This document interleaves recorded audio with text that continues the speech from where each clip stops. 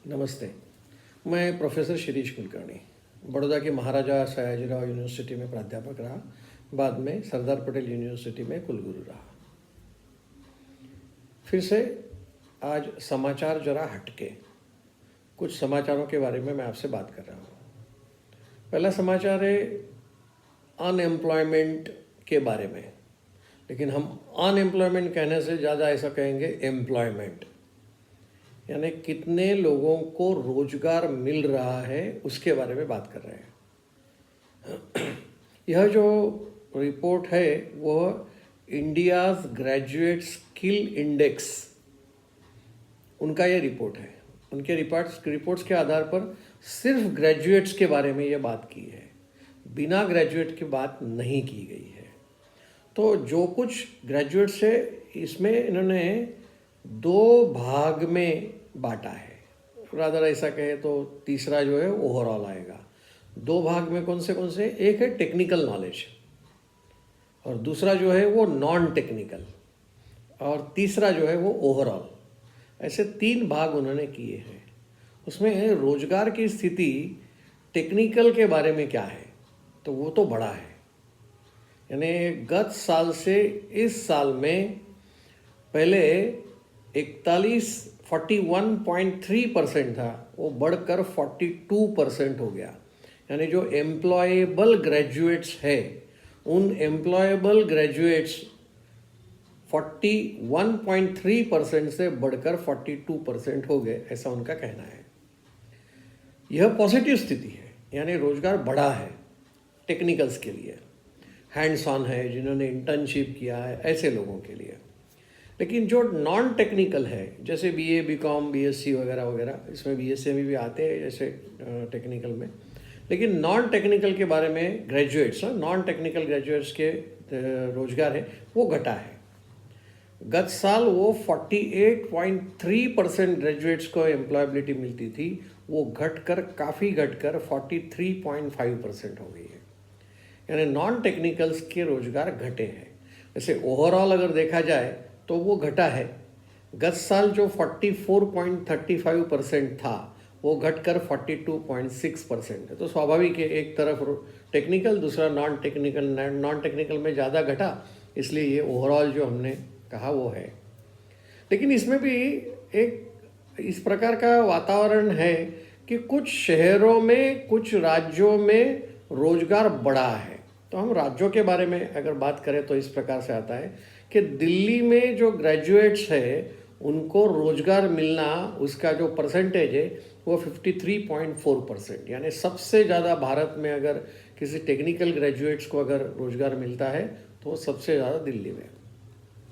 उसके बाद वाला जो नंबर आता है वो पंजाब का आता है। 51.1% ग्रेजुएट्स जो पंजाब के हैं उन्हें रोजगार मिल जाता है। वैसे हिमाचल का भी वही है 51%, उत्तराखंड का 50%, झारखंड का 49.6% और यूपी का 48.5%। यानी वो बाकी के राज्य भी कुछ है उसमें जो ये इंडिया ग्रेजुएट स्किल इंडेक्स में इन्होंने लिए हैं। तो यह स्थिति रोजगार के बारे में है, जो ग्रेजुएट्स है उनके बारे में। आगे बढ़ते हैं। हमारे देश में जो कई बार मैंने कहा है कि भाई हमारा जो सेंसेक्स है वो काफ़ी आगे बढ़ा था, 82,000 तक पहुंचा। बीएससी भी 25 से 26,000 तक पहुंचा।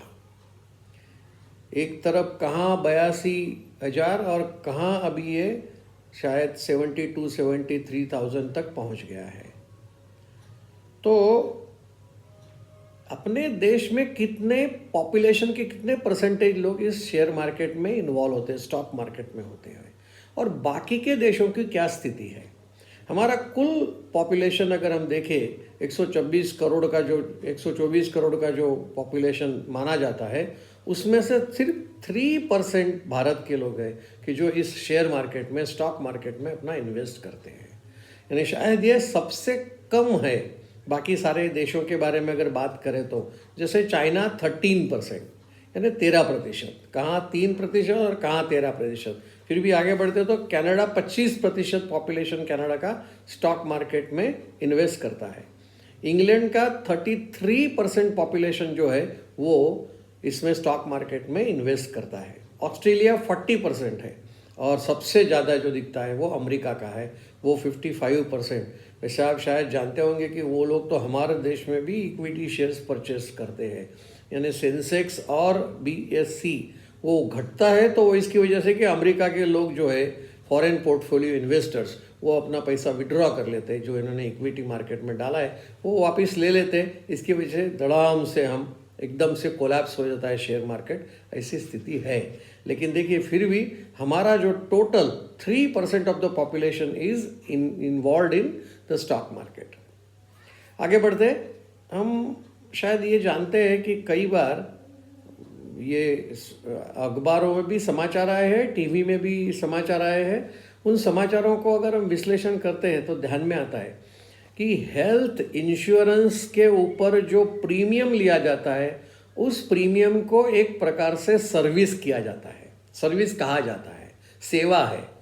तो उसके ऊपर सेवा कर पहले भी लगता था, सर्विस टैक्स पहले लगता था, लेकिन उसके बाद में जब 2017 में GST आया, यानी service goods and services tax combine हो गए, तो उसमें भी 18% का GST premium on health insurance, उसके ऊपर जो GST लगता है वो 18% है। आपको आश्चर्य लगेगा कि इस विषय में हमारे जो सेंट्रल के मिनिस्टर है माननीय नितिन गडकरी जी ने, उन्होंने कहा है कि भाई इसमें से कोई GST नहीं लेना चाहिए। लेकिन ऐसा उन्होंने क्यों कहा होगा, एक मैं अंदाजा लगाता हूँ। तो देखिए इस विश्व के ऐसे कई राज्य हैं जिन राज्यों में इंश्योरेंस प्रीमियम के ऊपर कोई टैक्स नहीं लगता है।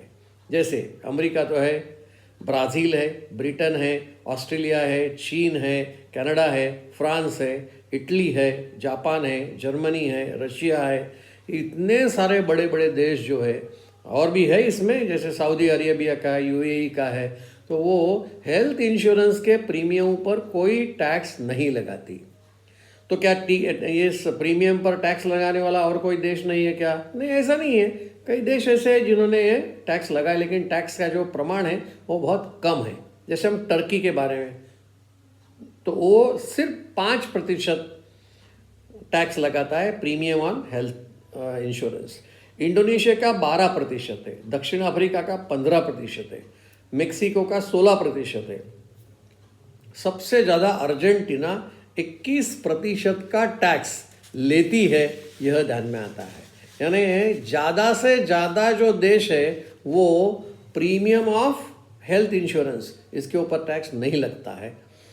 वैसे यहाँ इस विश्लेषण में मैंने लाइफ इंश्योरेंस नहीं लिया है, मैंने सिर्फ हेल्थ इंश्योरेंस लिया है। लेकिन नितिन गडकरी जी कहते हैं कि भाई हेल्थ इंश्योरेंस भी और लाइफ इंश्योरेंस भी, ये दोनों के प्रीमियम ऊपर कोई टैक्स नहीं लगना चाहिए। लेकिन पता नहीं GST काउंसिल बार बार मिलती है, उसका ग्रुप ऑफ मिनिस्टर भी मिलते हैं, वो अभी भी लटकता रहा है, अभी भी उसका निर्णय नहीं आया है। न तो GST काउंसिल ने निर्णय लिया, न तो वो GST काउंसिल के निर्णय हम लोकसभा में भेजते, वो लोकसभा में जो भेजना था वो तो हो गया। आगे बढ़ते, बोस्टन कंसल्टिंग ग्रुप और रिटेलर्स एसोसिएशन ऑफ इंडिया, ये दोनों ने मिलकर हमारे रिटेल का जो बिजनेस है, वो रिटेल के बिजनेस की क्या स्थिति है, इसके ऊपर उन्होंने एक रिपोर्ट बनाया।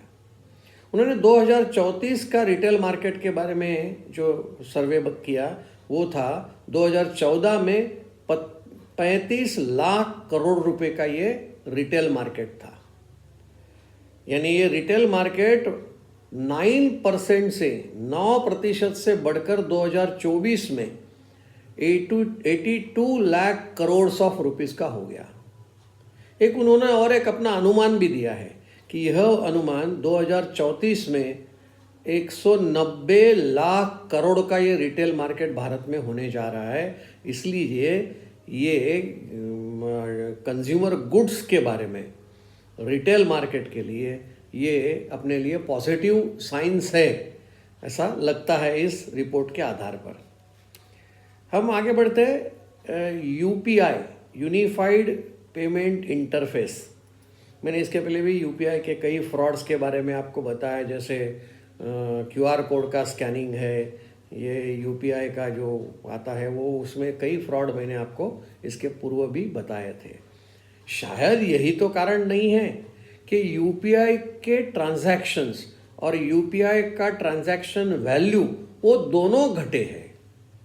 फॉर एग्जांपल अगर हम ले तो गत माह में और इस माह में, यानी जनवरी और फरवरी 2025 की मैं बात कर रहा हूँ, जो जनवरी 2025 में वॉल्यूम था यूपीआई का वो था 16.99 यानी 17% मान ले, 17 बिलियन का रहा।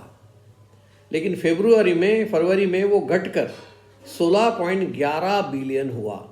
यानी इसका नंबर ऑफ ट्रांजैक्शंस मैंने आपको अभी कहे कि भाई 17 बिलियन जनवरी में था और अभी 16.11, 16 ही गिनो उसे, 17 और 16 बिलियन, इतना डिफरेंस नंबर ऑफ ट्रांजैक्शन के बारे में हुआ।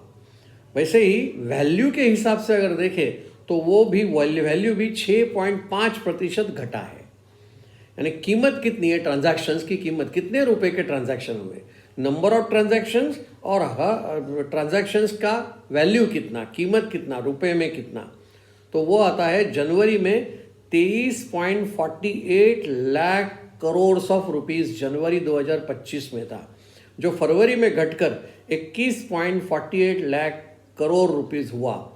शायद ये भी हो सकता है ये पेटीएम का जो चल रहा है, कुछ ना कुछ समस्या है इसकी, पेटीएम की भी चल रही है, कई नए भी इसमें आए हैं प्लेयर्स, पता नहीं क्या कारण है, लेकिन घटा है इतना तो सही है। बस इसी समाचार के साथ मैं अपने वाणी को विराम देता हूँ। आभार, थैंक यू।